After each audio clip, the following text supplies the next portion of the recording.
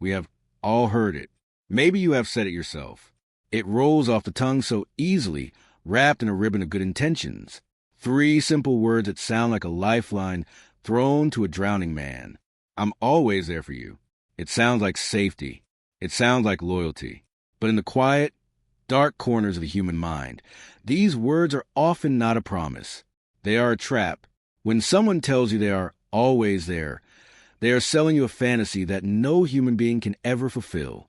They are presenting themselves as a wall you can lean against.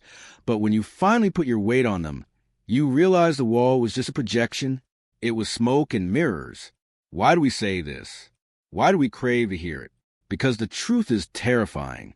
The truth is that no one can ever truly be always there. And the people who scream at the loudest, the people who wear this phrase like a badge of honor, they are often the ones who will vanish the moment the bleeding starts. This is not a video about friendship. This is an autopsy of a lie. We are going to peel back the skin of those 3 words and look at the dark, beating heart of manipulation, codependency, and the terrifying reality of human isolation. If you have ever relied on someone who said, "I'm always there," only to find yourself alone in the dark, stay with me. You are about to understand why. Let's start with the raw, mathematical impossibility of the statement. To be always somewhere is a divine attribute, not a human one. It is a characteristic of a god, not a person with a job, a family, a failing body, and a limited mental bandwidth.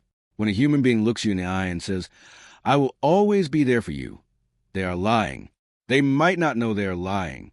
They might believe the fantasy in that moment, but it is a lie nonetheless. Consider the weight of these words. Always means every second of every day. It means when they are sick, when they are broke, when they are grieving their own loss, and when they are simply exhausted by the mundane grind of existence. It implies a level of availability that shatters the moment their own life demands their attention. Think about a time you heard this. Maybe it was an ex-lover. Maybe it was a parent. They held your hands. They looked intense. And they made this vow. And for a while it felt real. But then the storm hit. Maybe you had a breakdown. Maybe you lost everything. You reached out. And what did you find? You found voicemail. You found silence. You found excuses. "I'm just so busy right now. You're too much for me. I can't deal with this." The pain wasn't just that they weren't there. The pain was that they promised they would be. They set you up. Why do people do this? Why promise the impossible? Because it gives them power. In the moment of saying it, they get to be the hero. They get to be the savior. They get to feel the rush of your relief washing over them. It is an addictive feeling, being the rock for someone else. It feeds the ego. They steal your hope and use it to build their own identity. But a promise made in the comfort of calm is often worthless in the chaos of the storm. Have you ever noticed that the people who say, "I'm always there," are rarely the people who actually show up when it's hard? The people who truly care, the ones who actually carry the casket, they rarely make these grand declarations. They just appear. They don't announce it. They do it. The ones who scream it from the rooftops, they're usually overcompensating for their own inability to connect. It is a dark psychological trick, using a future promise to cover a present inability. They cannot handle your pain now, so they offer you a fantasy of later. But later never comes. When you need them, the fantasy evaporates, leaving you with nothing but the echo of their words. So, the first truth is this: always is a word designed to fail. It is a setup for disappointment. And anyone who uses it casually is playing a game with your reality. But why? What do they get out of watching you crumble? That is where it gets darker. And the most terrifying part? We want to believe the lie so badly that we ignore the warning signs. We ignore the fact that they are human. We ignore their flaws. We project a savior complex onto them. And when they fail, we destroy ourselves for believing it. But what if the lie isn't just about availability? What if it's about something far more controlling? Imagine a woman named Sarah. Sarah met a man. Let's call him Mark. Mark was charming, attentive, and in the beginning, he was everything she needed. Whenever she had a bad day, Mark was there, within 10 minutes. He was at her door with flowers or food, or just a shoulder to cry on. He told her constantly, "Sarah, I'm always there for you. You never have to worry about being alone again." It felt like love. It felt like safety. But slowly, the dynamic shifted. Sarah wanted to go out with her friends on a Friday night. Mark didn't stop her explicitly. He just looked hurt. He said, "Go ahead, have fun. I'm always here if you need me." The guilt gnawed at her. She was having fun while he was always there, waiting like a loyal dog. When she got a promotion at work and had to work late, Mark didn't complain. He just said, "I'm always here waiting for you." Do you see the trap? The phrase, "I'm always there," transforms from a promise of support into a weapon of guilt. It creates an invisible leash. If the other person is always there for you, then you owe them. You owe them your time. You owe them your loyalty. You're not allowed to have needs that they cannot meet, because look at how much they sacrifice just by being there. This is a classic dark psychological tactic known as benevolent manipulation. The manipulator presents themselves as a martyr. They victimize themselves to gain the upper hand. "I am always here" implies, "I have no life, I have no needs, I am just a vessel for your problems." But when you inevitably fail to reciprocate this impossible level of devotion, you become the villain. You feel like a burden. You feel like you are taking advantage of their kindness. You start to shrink your life to fit inside their availability. You stop going out. You stop growing.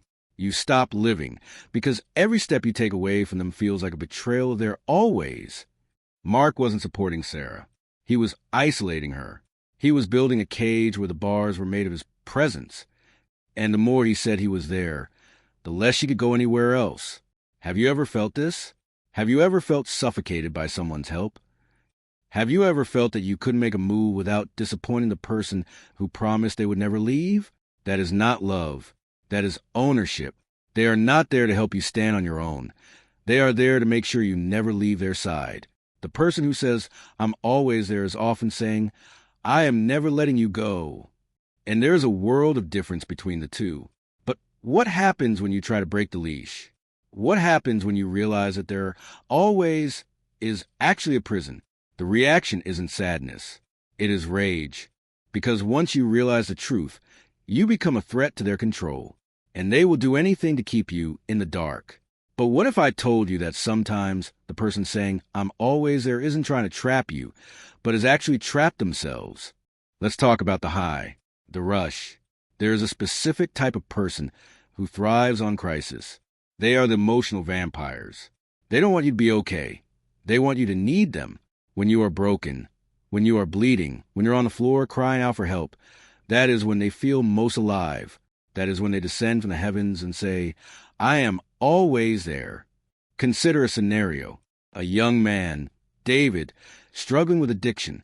He has a friend, Chris. Every time David relapses, Chris is there. He cleans him up. He listens to him rant for hours. He pays his rent. Chris tells everyone, "I'm the only one who understands. I'm always there for David." David feels grateful, but he also feels a strange, creeping sickness. He notices that Chris never asks about his successes. When David is sober for a month, Chris gets distant. Chris seems bored. But the moment David slips, the moment the chaos returns, Chris is there with a wide smile, ready to save the day. Why? Because Chris needs David to be the victim, so that Chris can be the hero. If David gets better, Chris loses his purpose. If David becomes strong, Chris becomes ordinary. And Chris cannot tolerate being ordinary. This is the dark side of empathy. It looks like love, but it feeds on weakness.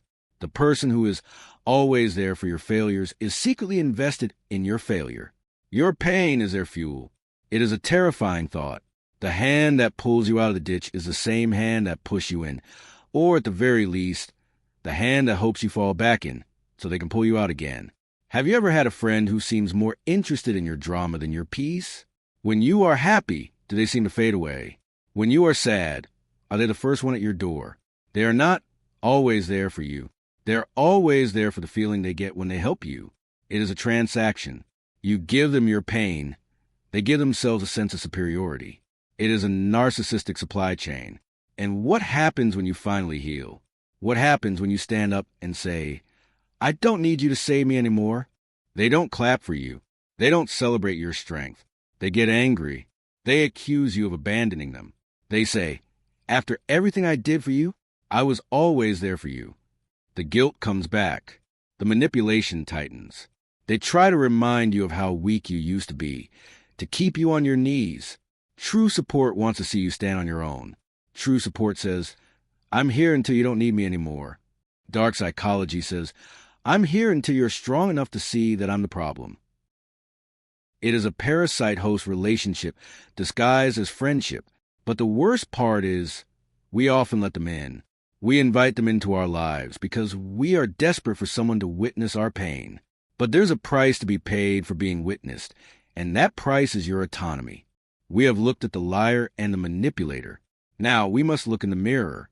We must ask ourselves the hardest question of all. Why do we believe them? Why do we keep going back to people who say, I'm always there, even when we know it's a lie? The answer lies in our own brokenness. There's a concept called codependency, but that word feels too clinical. It doesn't capture the visceral, animalistic need to merge with someone else. It feels like oxygen. When you are empty, when you feel worthless, the idea of someone being always there feels like water in a desert. You don't want a person. You want a shield. You want an excuse to stop fighting your own battles. Imagine a girl, Elena. She is terrified of the world. She has anxiety that paralyzes her. She meets a woman, Jessica, who is strong, loud, and controlling. Jessica says, Don't worry, Elena. I'm always there. I'll handle everything. I'll talk to your boss for you. I'll drive you everywhere. You never have to be alone. At first, Elena feels relief. The anxiety melts away. She has found her proxy. She has found her soldier. But over time, Elena's own muscles atrophy. Her ability to speak for herself withers. Her ability to navigate the world dies. She becomes a ghost in her own life, living only through the permissions granted by Jessica. Elena hates it. She feels like a child. She wants to grow up, but she is terrified. If she pushes Jessica away, who will catch her? If she says no, will she fall? So she stays. She clings to the person who is suffocating her. She tells herself, at least she's always there. She mistakes a cage for a home. This is the vortex. You become addicted to the presence of another person because you have forgotten how to be present with yourself. The person who says, I'm always there, becomes your external lungs. You stop breathing on your own. It is a mutual destruction. The savior needs to be needed, and the victim needs to be saved. They dance a macabre waltz, stepping on each other's feet, smiling to pain, afraid to let go because the music never stops. Have you ever stayed in a relationship just because you were afraid of the silence? Have you ever kept a friend close, not because you liked them, but because you were afraid of what would happen if you face a problem alone? That is not connection. That is addiction. And like any addiction, it will destroy you. It will eat away at your soul until there is nothing left but a desperate, clawing need for the next fix of their presence. We hate these people. We resent their control. But we cannot leave, because they promised they would be there. And in a world where everyone leaves, that promise is the only thing keeping us from floating away into the void. But what happens when the person who is always there finally gets tired?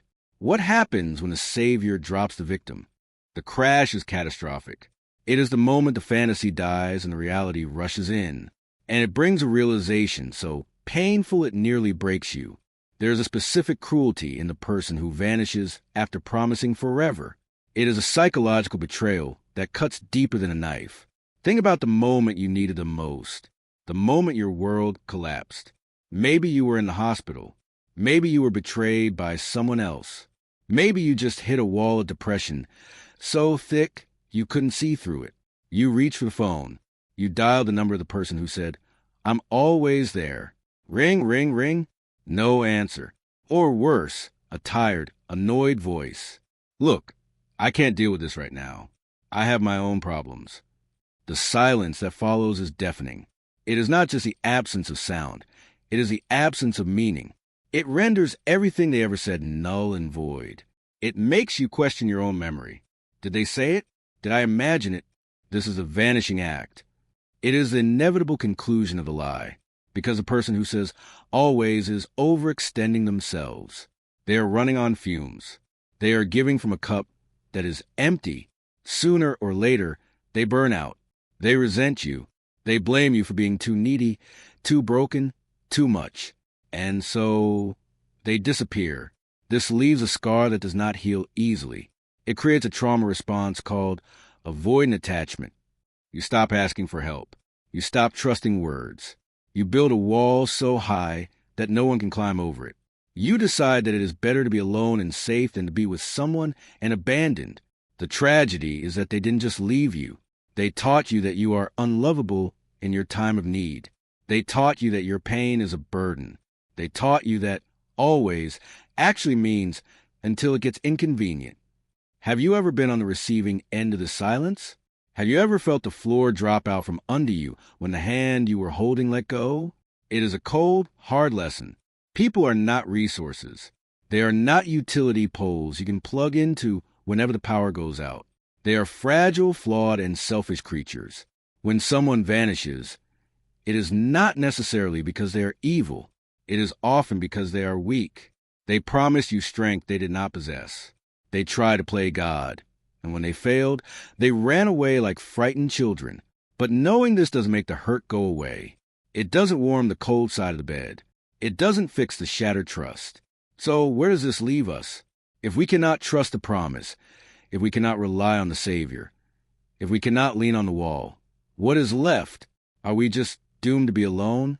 The answer is not in finding a better person. The answer is in accepting a terrifying truth about existence itself.